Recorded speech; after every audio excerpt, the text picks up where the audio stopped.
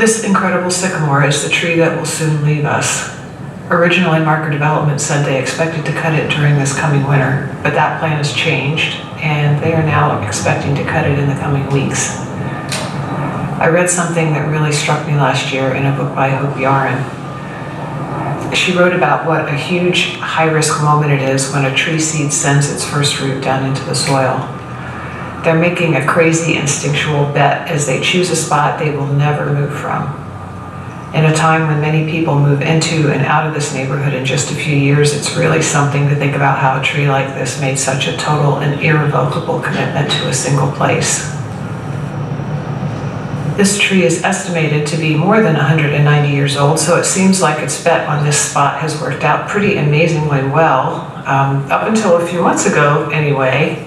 But to focus on the positive, I think it's incredible that this tree has been a living creature on this spot for every day of almost 200 years. What we think of as history actually happened in the real single life of this tree. So I asked my husband Rory, who's a historian, to help me tell a short story of some of the things this tree has seen. This tree is the native species of sycamore. It first sprouted in about 1830. At that time, Fifth Avenue was the northern boundary of the refugee tract, land that Thomas Jefferson set aside for the Canadians who fought in the Revolutionary War. The land around here in 1830 was most likely farmland. Farms at that time included woodlots. Maybe one of those Canadian immigrant families planted this tree, or maybe it just happened to sprout in an area that wasn't needed for crops, and when people noticed it growing, they decided to let it live.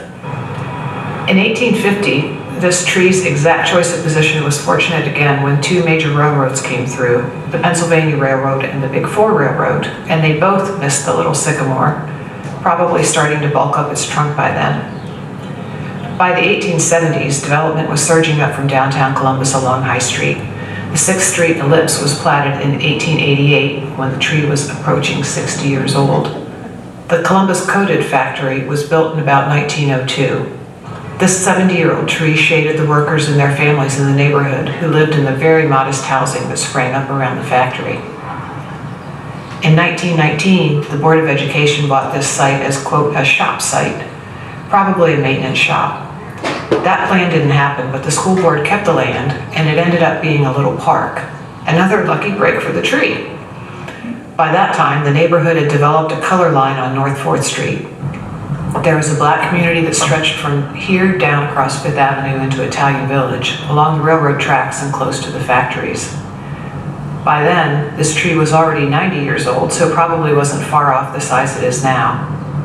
The little park provided shade and a safe place to gather and play back when there were very few amenities for blacks in Columbus, and segregation was hardening. We found a 1947 city plan for enhancing the park that shows this and the elm clearly already big trees.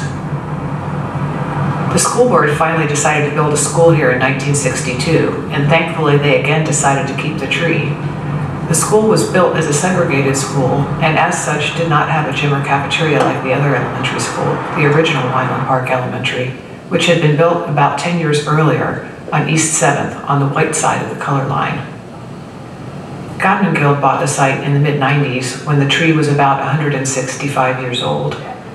It had been a venerable giant in the neighborhood for 70 years by then, and it continued to shelter us and a zillion insects and animals for more than 25 more years. We have to feel incredibly fortunate to be under it today.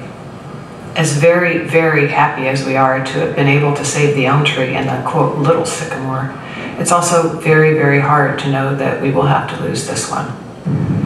My personal hope is that its loss will encourage us to open our eyes now and start noticing the other indescribably wonderful, mysterious, fruitful, sheltering, giant old trees that stand quietly over us in Highland Park.